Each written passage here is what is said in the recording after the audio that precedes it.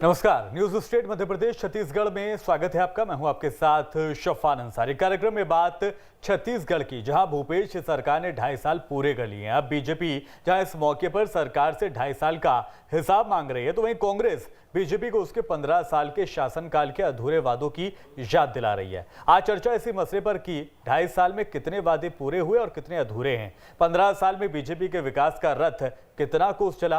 BJP Congress ने जब इतना विकास कर डाला, तो आज भी जनता मूलभूत सुविधाओं के लिए जद्दोजहद क्यों कर रही है। बातचीत के लिए हमारे खास मेहमानों का खास पैनल हमारे साथ जुड़ेगा, लेकिन उससे पहले एक रिपोर्ट आपको दिखाते हैं। छत्तीसगढ़ में भूपेश सरकार ने 2.5 साल पूरे कर लिए हैं। ऐसे में सत्ताधारी कांग्रेस जहां अपनी उपलब्धियां गिना रही है, तो विपक्षी बीजेपी उससे 2.5 साल का हिसाब मांग रही है। इतना ही नहीं, अब तो 2.5 साल बनाम 15 साल पर सियासी जंग भी शुरू हो गई है। पूर्व सीएम ने पीसी कर आरोप लगाया कि 2.5 साल में जनता को सरकार से निराशा मिली है। सरकार सभी क्षेत्रों में पूरी तरीके से 2.5 साल में असफल हुई है और निराशा इतनी व्याप्त है कि 2.5 साल पूरे होने में जो हमारे सारे वरिष्ठ नेताओं ने एक आग्रह किया था कांग्रेस से, आप ये बताएं कि 2.5 साल में कांग्रेस की उपलब्धि क्या है। तो उधर सत्ताधारी दल ने कहा है कि हमने अपने सारे वादे पूरे किए हैं। हमारी प्राथमिकताएं थीं, उस क्रम में हम अपने वायदों को लगातार पूरा कर रहे हैं। सबसे बड़ा वायदा छत्तीसगढ़ के किसानों का कर्ज माफ़ी था, सिंचाई टैक्स माफ़ी था, बिजली बिल को आधा करने का था, धान की कीमत 2500 रुपये प्रति क्विंटल देने का था। लगातार रोजगार के अवसर उपलब्ध कराने की भी छत्तीसगढ़ में काम और प्रयास हो रहे हैं। खेती के विकास की दिशा में भी हम अपना लगातार काम कर रहे हैं। तो हमारे सारे वायदे हम लोग क्रमशः पूरा कर रहे हैं। जो वायदे शेष है वो भी आने वाले समय में हम पूरा करेंगे। बीजेपी ने 2.5 साल का हिसाब मांगते हुए सरकार से बेरोजगारी भत्ते और शराबबंदी पर भी सवाल किए।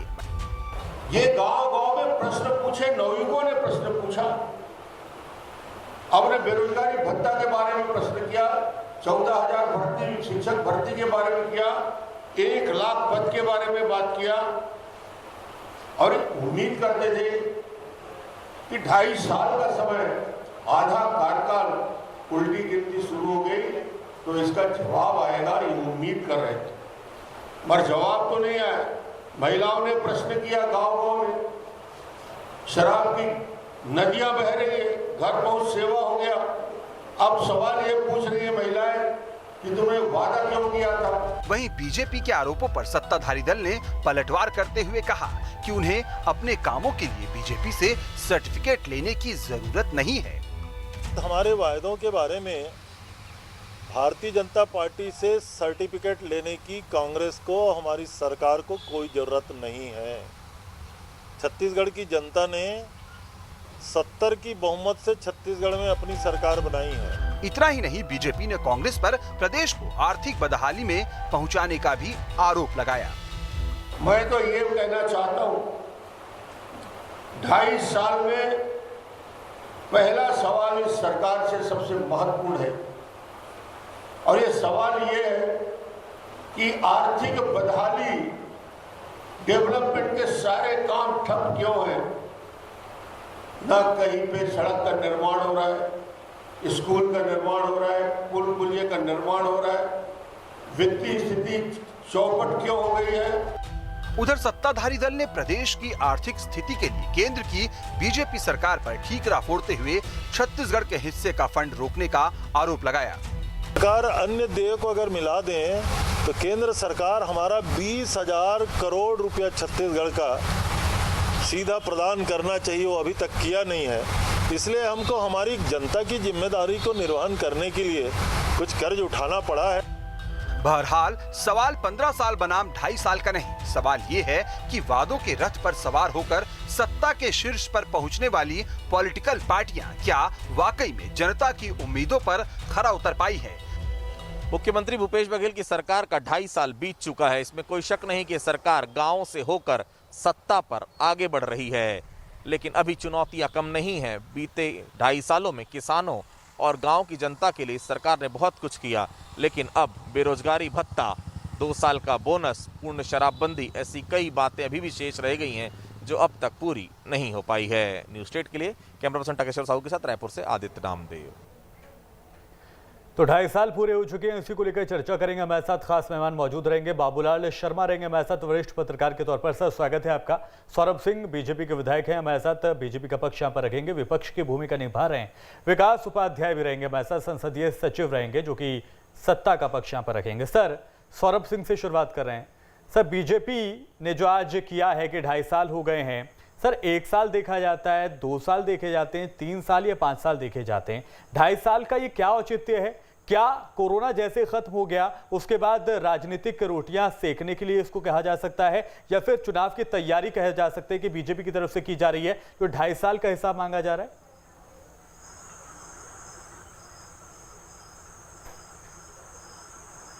देखिए 30 महीने और 30 महीने होते हैं, 60 महीने का एक सरकार का होता है।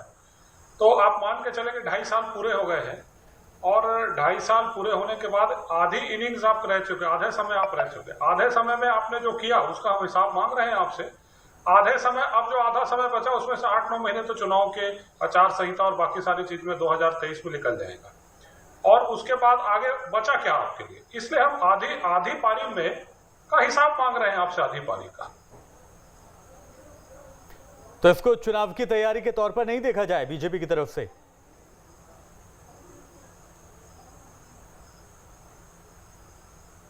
देखिए बीजेपी तो चुनाव की तैयारी में क्यों नहीं करेगी, हर राजनीतिक पार्टी चुनाव की तैयारी करती है, पर जनता से हम हिसाब मांग रहे हैं। हम विपक्ष में बैठे हैं और हम जनता की तरफ से हम ये पूछ रहे हैं आपसे कि भाई आपने जो वादा किया वादा पूरा क्यों नहीं किया कांग्रेस पार्टी से और इस सरकार से? सर वो तो कह रहे हैं कि हमने तमाम वादे पूरे किए। Press conference doctor Raman Singh ने की, उसके बाद हमने देखा कि कांग्रेस की तरफ से पीसी की गई और उन्होंने कहा कि हमने तो तमाम वादे पूरे कर दिए हैं। कहां कमी रह गई आपके लिहाज से?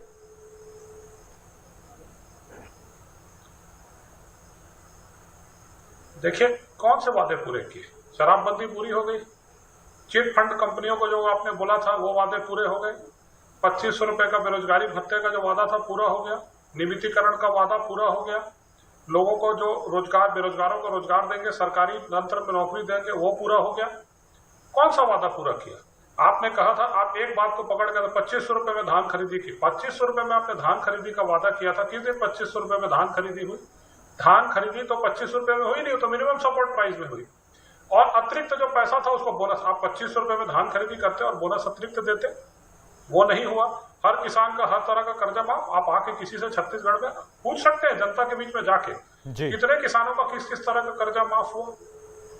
ठीक है, विकास उपाध्याय साहब, आपने सुना होगा सरकार तो आपकी कह रही है कि हमें बीजेपी से सर्टिफिकेट देने की जरूरत नहीं है, तो कौन से वादे हैं जो आपने पूरा किए जिसका बखान आप कर रहे हैं?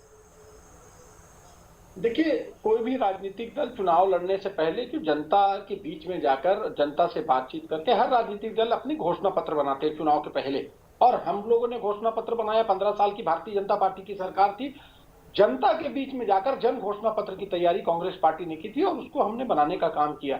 और जिस प्रकार से जन घोषणा पत्र में लोगों की बातें निकल कर आई, जो समस्या निकल कर आई, 15 साल से जहां किसान परेशान था, सबसे पहले सरकार बनी और 2 घंटे में कांग्रेस पार्टी की सरकार ने शपथ लेने के 2 घंटे बाद में 17 लाख किसानों का कर्जा माफ किया, बोनस देने की बात की, बोनस दिया, और उसके अतिरिक्त पैसे की बात की थी तो राजीव गांधी न्याय योजना के नाम से पैसा दिया। अगर मैं खुद विधानसभा की एक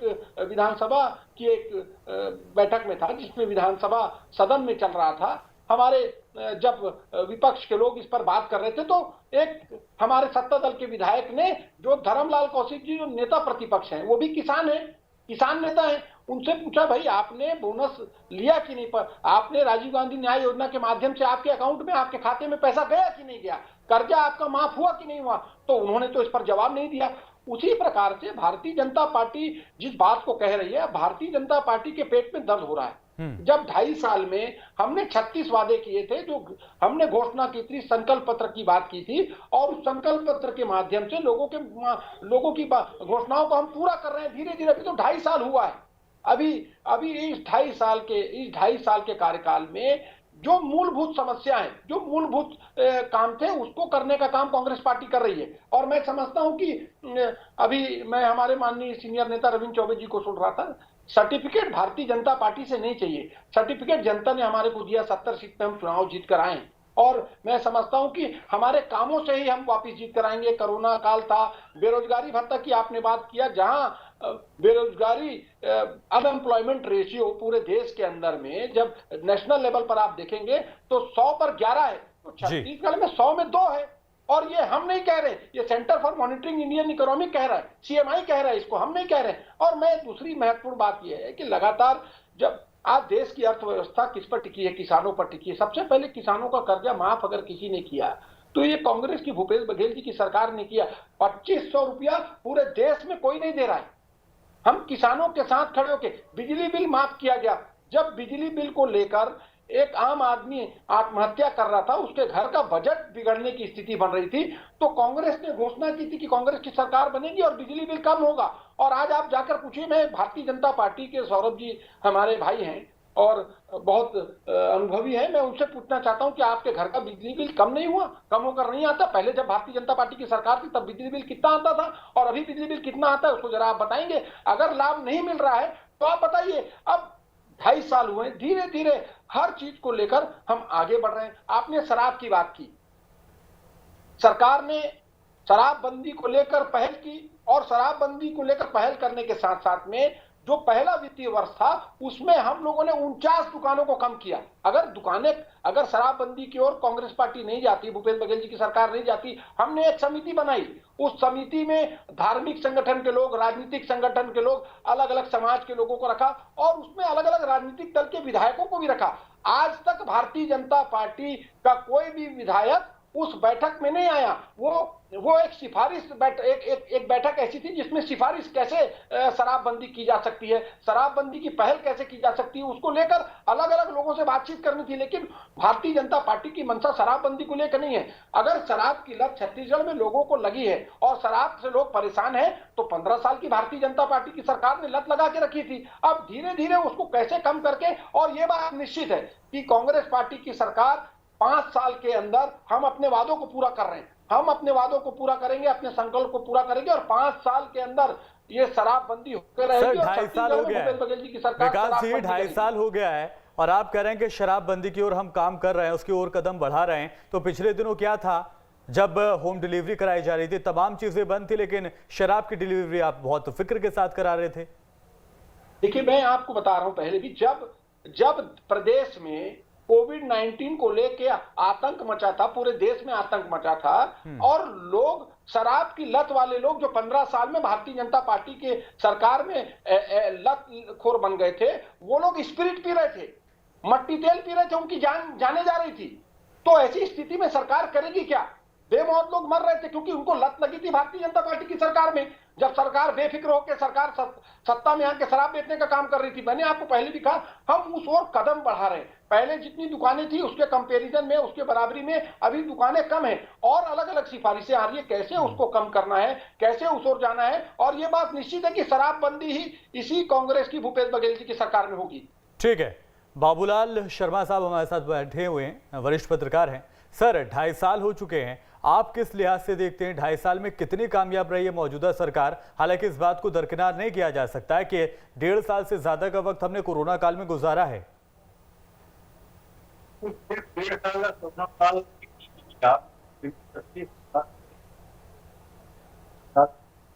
तो जो तथ्य है वो बता रहा हूँ जी। प्रारंभिक 6 महीने जो आचार संहिता में निकला, लोकसभा और निगम मंडल के चुनाव हुए, 6 महीने तो वैसे ही इनके बेकार गए और उसके बाद जो है इनको 1 साल काम करने का मौका मिला। जो कुछ भी आज परिदृश्य बना है छत्तीसगढ़ के अंदर में, तो ग्रामीण अर्थव्यवस्था को मजबूत करने की जो योजनाएं आई है वो 1 साल की देन है। और कोरोना काल में जो है सारी चीजें डाइवर्ट हुई है। आप भी देखिए पूरे देश के हालात क्या थे, सारे बातें डाइवर्ट हुई है। आर्थिक डाइवर्सन हुआ है, मानसिक डाइवर्सन हुआ है, सामाजिक डाइवर्सन हुआ है। कई चीजें जो है अपनी जगह छोड़ करके दूसरी तरफ चली गई, पूरा ध्यान दूसरी तरफ चला गया। वो पीरियड जो है लगभग 1 साल 2 महीना हो गया कोरोना काल में चल रहा है और उसी की तरफ पूरा ध्यान इन लोगों का रहे। देखिए वायदे जो होते हैं वो हर सरकार, देश भर में जितनी भी सरकारें राज्य की बनती है, सारी सरकारें वायदे करती है, केंद्र सरकार भी वायदे करती है और कितना कर पाती है वो अलग मुद्दा हो जाता है, और नहीं कर पाती वो अलग मुद्दा हो जाता है। जो कर पाती है उसका प्रचार होता है, और जो नहीं कर पाती इसमें मौन रखते हैं। चाहे केंद्र की सरकार के वायदे को आप ध्यान से देख लीजिए, चाहे राज्यों की सरकार के, तो ठीक है इनकी शराबबंदी की 2-3 मांगे जो है वो निश्चित रूप से इनके गले का फांस है। और शराबबंदी मेरी नजर में, मैं व्यक्तिगत रूप से बोल रहा हूँ कि आदिवासी बहुल राज्य है, इसमें एकदम से शराबबंदी संभव नहीं है। रमन सरकार ने भी कोशिश की थी, दुकानें उन्होंने भी बंद की थी, दुकानें इन्होंने भी बंद की है।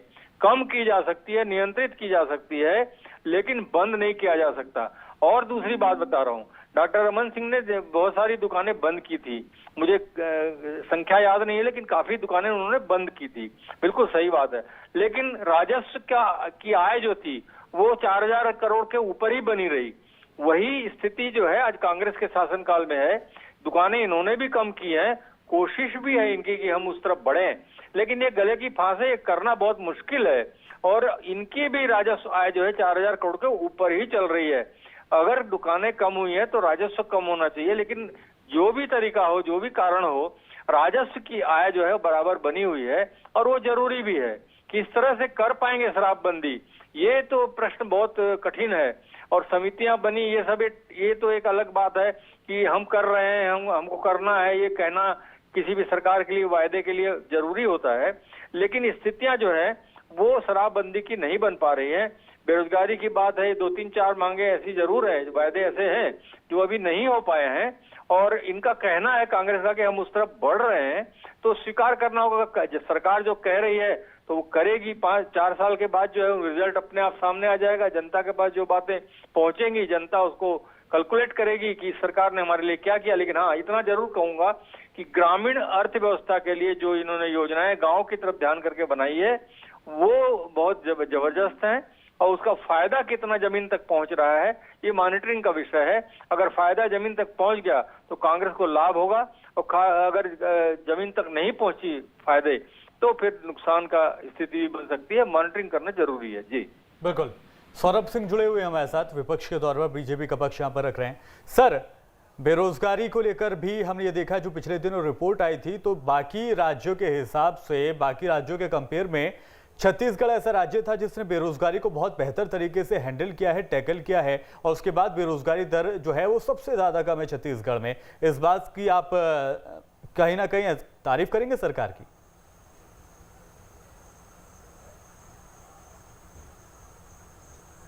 देखिए, बेरोजगारी का दर कैसे कैलकुलेट होता है? आप अगर जो आपका रोजगार कार्यालय है वहां पर बेरोजगारों का पंजीयन ही नहीं होगा तो बेरोजगारी दर तो नीचे आएगी ही आएगी। कोरोना जैसे, कोरोना की आप टेस्टिंग ही नहीं करिएगा तो कोरोना दर तो नीचे उतरेगा ही ना। वैसी चीज है कि बेरोजगारों का बेरोजगार कार्यालय में जब पंजीयन होगा तभी तो पता चलेगा ना। बेरोजगार कार्यालय तो बंद है, कोई पंजीयन हो नहीं रहा है। और अगर बेरोजगारी की समस्या है तो हमारा एक सिंपल कहना है कि जितने शिक्षक लोग हैं, शिक्षा कर्मियों की कितनी भर्ती हुई, स्वास्थ्य विभाग में कितनी भर्ती हुई 2.5 साल में, पुलिस विभाग में कितनी भर्ती हुई 2.5 साल में, कितने लोगों का नियमितीकरण हुआ, यह डाटा बता देना सरकार। ठीक है विकास उपाध्याय जी, ये तो आंकड़ों की बाजीगरी जो कहती आई है विपक्ष, वो इस बार भी कहा जा रहा है कि कहीं ना कहीं आपने जो है आंकड़ों में हेरफेर किया, उसके बाद तो बेरोजगारी दर आप कितना भी घटवा सकते हैं। साहब, ये बात को हम लोग नहीं कह रहे हैं, ये centre for monitoring Indian economy कह रहा है, CMI कह रहा है, इसको हम नहीं कह रहे हैं। और दूसरी महत्वपूर्ण बात है, जिस प्रकार से कांग्रेस पार्टी की भूपेश बघेल जी की सरकार काम कर रही है, और बेरोजगारी भत्ते के भी बारे में घोषणा हो गई है, जल्द ही ऑनलाइन आवेदन मंगाए जाएंगे और उनको भत्ता भी दिया जाएगा। कांग्रेस की सरकार जो घोषणा पत्र में हमने जिस बात को कहा है उसको करने का हमारा संकल्प है। हमको जनता के बीच में फिर जाना है ना। हम जनता में एक बार चुन के आने वाली सरकार नहीं है, हम जनता के बीच में जाकर उनकी मूलभूत बातों पर काम कर रहे हैं, उनकी बातों पर विचार कर रहे हैं, उसके बाद काम कर रहे हैं लगातार। मैं अभी बाबूलाल भैया की बात को सुन रहा था। बाबूलाल भैया जिस प्रकार से अभी शराबबंदी को लेकर बात कर रहे थे, मैं शराबबंदी में हमने एक्साइज टैक्स इसलिए बढ़ाया कि लोग शराब महंगा होगा तो शराब लोग नहीं खरीदेंगे, लोग उसको लत को छोड़ेंगे। लगातार सरकार उस रास्ते पर काम कर रही है, और मैं समझता हूं कि हम उसमें इस प्रदेश में ये काम को लागू करके रहेंगे। शराबबंदी इस प्रदेश में होगी, कोई इसको रोक नहीं पाएगा। जिस प्रकार से कांग्रेस ने अपने घोषणा पत्र को तैयार किया था, हम उसी पर आगे चल रहे हैं। ठीक है बाबूलाल जी, लास्ट कमेंट आपसे लेना चाहूंगा सर। 2.5 साल बाकी है, किन किन चुनौतियों का सामना भी कांग्रेस को करना पड़ेगा, राज्य सरकार को करना पड़ेगा? देखिए, सबसे पहले तो जो 2.5 साल का प्रपंच भारतीय जनता पार्टी ने रचा था, आज उसका अंतिम दिन 17 तारीख है। आज 2.5 साल इनके पूरे हो गए हैं। भूपेश बघेल की सरकार कायम है, सबसे बड़ी चीज तो ये है। और 2.5 साल का जो उपक्रम है, 2.5 साल बहुत होते हैं। 2.5 साल में भूपेश बघेल की सरकार जिस रास्ते में चल रही, जो हम देख रहे हैं, गांव पर आधारित जो है उनकी राजनीति है और बेहतर राजनीति है, जिसकी काट जो है वो भारतीय जनता पार्टी के पास अभी फिलहाल तक तो नहीं है, क्योंकि वो अटकी हुई है टूल किट पे। 2.5 साल की सरकार के आरोप लगाने पे, बाबा साहब के बयान पे, इतने में अटकी हुई है। और कांग्रेस जो है वो महंगाई, petrol diesel, vaccine policy, oxygen के फेलवर, हरिद्वार में कुंभ, बंगाल के रैली, ये सारी चीजों को लेकर के है जनता के बीच जा रही है। तो जनता को अपील कर रही है। तो बेहतर यह है कि भारतीय जनता पार्टी यदि कुछ करना चाहती है तो ग्रामीण क्षेत्र में जो भी कमियां इस सरकार की तरफ से नहीं माने पूरी नहीं की जा रही है, कमियां हैं, उनको अगर उजागर कर सके और उनको प्रमाण सहित ला सके तो तभी वो फायदा इनसे पार राज्य पाएंगे, सरकार को या कांग्रेस को मिल सकता है। बहुत शुक्रिया बाबूलाल जी, आपने वक्त हमें दिया। सौरभ सिंह बीजेपी का पक्ष यहाँ पर रख रहे थे, विकास उपाध्याय भी जो कि सत्ता का पक्ष यहाँ पर रख रहे थे। कुल मिलाकर बहुत शुक्रिया आप तमाम लोगों का। तो 2.5 साल पूरे हो गए और 2.5 साल में जिस तरह से सरकार ने परफॉर्म किया है, हाँ ये कहा जा सकता है कि सारे वादे पूरे नहीं किए गए, लेकिन कुछ वादे हैं जिनको पूरा किया गया है। शराबबंदी एक बहुत बड़ा वादा था, उसको लेकर कदम उठा रही है सरकार, जैसा कह रहे थे कांग्रेस के प्रवक्ता। तो उम्मीद ये की जा सकती है कि आने वाले 2.5 साल में बेहतर तरीके से सरकार काम करेगी ताकि जनता के बीच एक बार फिर से वोट मांगने के लिए जा सके। फिलहाल इस बुलेटिन में इतना ही।